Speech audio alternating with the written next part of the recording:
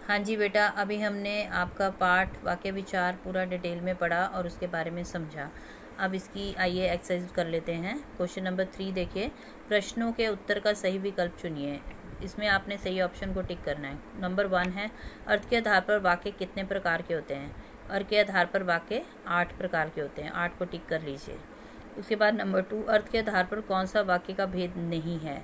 तो अर्थ के आधार पर अभी हमने 8 भेद थे और ये इसमें से संयुक्त जो है ये आपका रचना के आधार पर है, तो रचना को संयुक्त को आप टिक कर दीजिए। नंबर 3 है, रचना के आधार पर वाक्य के कितने प्रकार होते हैं? ये अभी पढ़े थे हमने, रचना के आधार पर 3 भेद होते हैं इसके वाक्य के। उसके बाद नंबर 4 देखिए,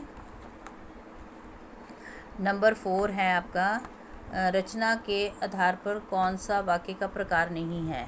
तो रचना के आधार पर अभी 3 थे, सरल, संयुक्त और मिश्र। तो इसमें से विधानवाचक को आपको टिक करना है, वो आपका रचना के आधार पर वाक्य का भेद नहीं है।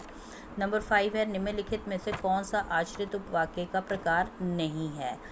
ठीक है, ये इसमें आप क्रिया को टिक कर लीजिए। यह अभी हमने डिटेल में नहीं पढ़ा है, तो ये इसलिए आप इतना इम्पॉर्टेंट नहीं है, आप इसको टिक कर लीजिए। क्रिया, संज्ञा विशेषण और क्रिया विशेषण जो है ये आश्रित उपवाक्य के प्रकार हैं और क्रिया नहीं है। उसमें से नंबर 6 पे देखिए, जिन वाक्यों में 2 या अधिक स्वतंत्र उपवाक्य संयोजक द्वारा जोड़े होते हैं उन्हें क्या कहते हैं? अभी इसको हम क्या कहते हैं? संयुक्त वाक्य, क्योंकि संयुक्त वाक्य जो होते हैं इनके उपवाक्यों को योजक के द्वारा, शब्दों के द्वारा जोड़ा जाता है। नंबर 7 है, जिन वाक्यों में से एक ही क्रिया होती है उन्हें क्या कहते हैं? जिन वाक्यों में एक ही क्रिया होती है उन्हें हम सरल वाक्य कहते हैं। क्वेश्चन नंबर 4 देखिए बेटा, क्वेश्चन नंबर 4 में आपको नीचे वाक्यों में उद्देश्य छांटकर गोला लगाना है उस पर। ठीक है, तो नंबर 1 पे है, मेरा भाई देश विदेश घूमने गया। अब मेरे भाई के बारे में बताया जा रहा है, ये आपका उद्देश्य है।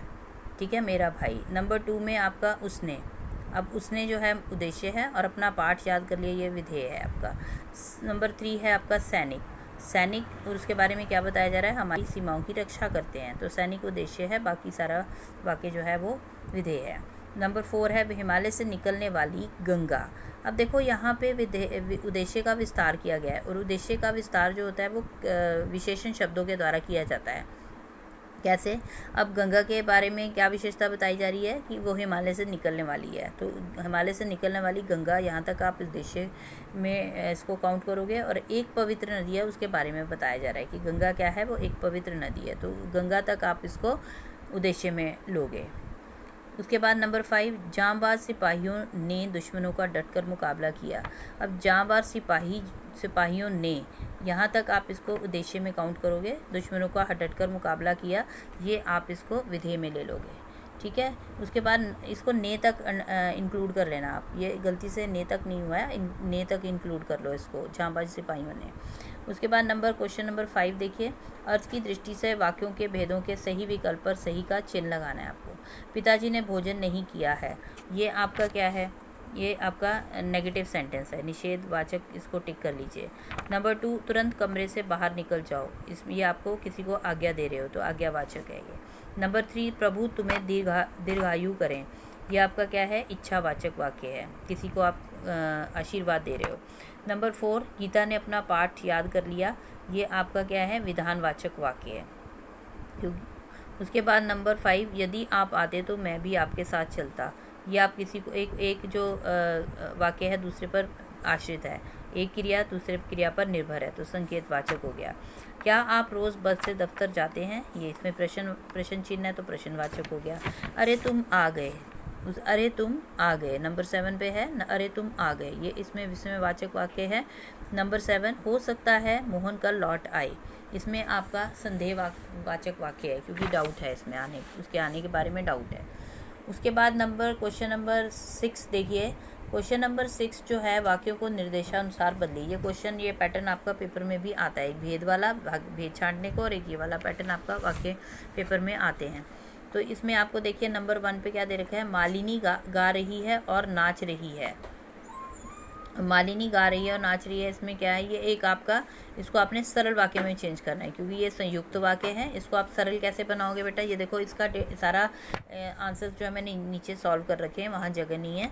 मालिनी नाच और गा रही है, क्योंकि आपने इसको किस में चेंज करना है? सरल वाक्य में। ठीक है। और ये दिया किस में हुआ है, ये संयुक्त वाक्य में दिया हुआ है। इसको आपने सरल में कैसे चेंज करा, और लगा के, और योजक लगा के।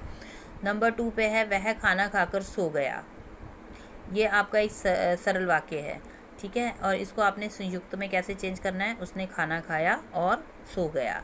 नंबर 3 है आपका अध्यापक अपने शिष्यों को अच्छा बनाना चाहते हैं। अध्यापक अपने शिष्यों को अच्छा बनाना चाहते हैं, ये एक सरल वाक्य है। इसको आपने मिश्र में कैसे चेंज करना है, जो अध्यापक हैं वे अपने छात्र को अच्छा बनाना चाहते हैं। जो अध्यापक हैं वे अपने छात्रों को अच्छा बनाना चाहते हैं। उसके बाद नंबर 4 देखिए, दो नदियों के मिलने के स्थान को संगम कहते हैं। दो नदियों के मिलने के स्थान को संगम कहते हैं। अब ये क्या है आपका, ये आपका सरल वाक्य है। इसको आपने मिश्र में कैसे चेंज करना है, जो दो नदियाँ मिलती हैं तब मिलने के स्थान को संगम कहते हैं। जब दो नदियाँ मिलती हैं तो मिलने के स्थान को संगम कहते हैं, ठीक है। जो दो नदियाँ मिलती हैं तो मिलने के स्थान को संगम कहते हैं। उसके बाद नंबर 5 देखिए, राम घर पर है। राम घर पर है, इसको आपने संदेहवाचक में चेंज करना है, ठीक है। राम घर पर जो है ये एक विधानवाचक है, इसको संदेह में कैसे चेंज करोगे आप, शायद राम घर पर है। उसके बाद नंबर 6 देखिए, बच्चे घर में आराम कर रहे हैं, ठीक है। ये आपका एक विधानवाचक वाक्य है। इसको आपने आज्ञावाचक में कैसे चेंज करना है, बच्चों घर में आराम करो, आज्ञा दे रहे हो आप, बच्चों घर में आराम करो। देन नंबर 7 पे देखिए, नंबर 7 पे आपका वाक्य दे रखा है, क्या आज छुट्टी है, ये प्रश्नवाचक है।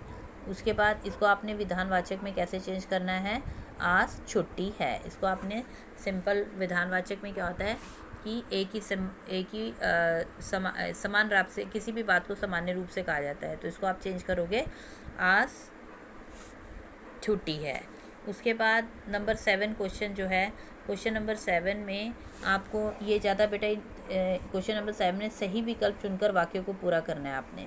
संयुक्त वाक्यों के दोनों उपवाक्य मुख्य होते हैं, क्योंकि ये एक दूसरे पे डिपेंड नहीं करते हैं। ये इंडिपेंडेंटली लिखे जाएँ तो भी वे अपने आप में पूर्ण होते हैं। तो संयुक्त वाक्यों के दोनों उपवाक्य जो होते हैं वो मुख्य होते हैं। नंबर 2, जिसके बारे में कुछ कहा जाए उसे हम उद्देश्य कहते हैं। उसके बाद नंबर 3, आज्ञावाचक वाक्यों को विधिवाचक भी कहा जाता है। आज्ञावाचक वाक्यों को विधिवाचक भी कहा जाता है। उसके बाद नंबर 4, जिन वाक्यों में क्रिया का होना किसी शर्त पर निर्भर करता है उसे हम संकेतवाचक वाक्य कहते हैं। उसके बाद देखिए बेटा, क्वेश्चन नंबर 8 जो है ये इतना इम्पॉर्टेंट नहीं है, लेकिन आपकी बुक में ये टॉपिक था तो इसको आप कर लीजिए। एग्ज़ाम में इस तरह का क्वेश्चन आपको नहीं आएगा। नीचे लिखे वाक्यों में से मुख्य उपवाक्य छांटिए। जो पैसे आपने मुझे दिए थे वे खर्च हो गए, इसमें जो और वे ये विशेषण उपवाक्य हैं। नंबर 2, जब मैं मुंबई में था तो स्वयं खाना बनाता था, इसमें जब क्रिया विशेषण उपवाक्य है। नंबर 3, यह सभी जानते हैं कि आप यहाँ के मालिक हैं, संज्ञा उपवाक्य। की को अंडरलाइन करके संज्ञा उपवाक्य। जहाँ जहाँ हम गए हमारा बड़ा स्वागत हुआ, ये आपका क्या है, क्रिया विशेषण उपवाक्य, ठीक है। ये आप कर लीजिए। और लास्ट वाला मैंने नहीं किया, इसको आप छोड़ दीजिए। अब ये आपके पूरा एक्सरसाइज हो गया, इसको अब आप अपनी बुक में अच्छे से कर लीजिएगा। अगर कोई डाउट हो तो you can ask me any time.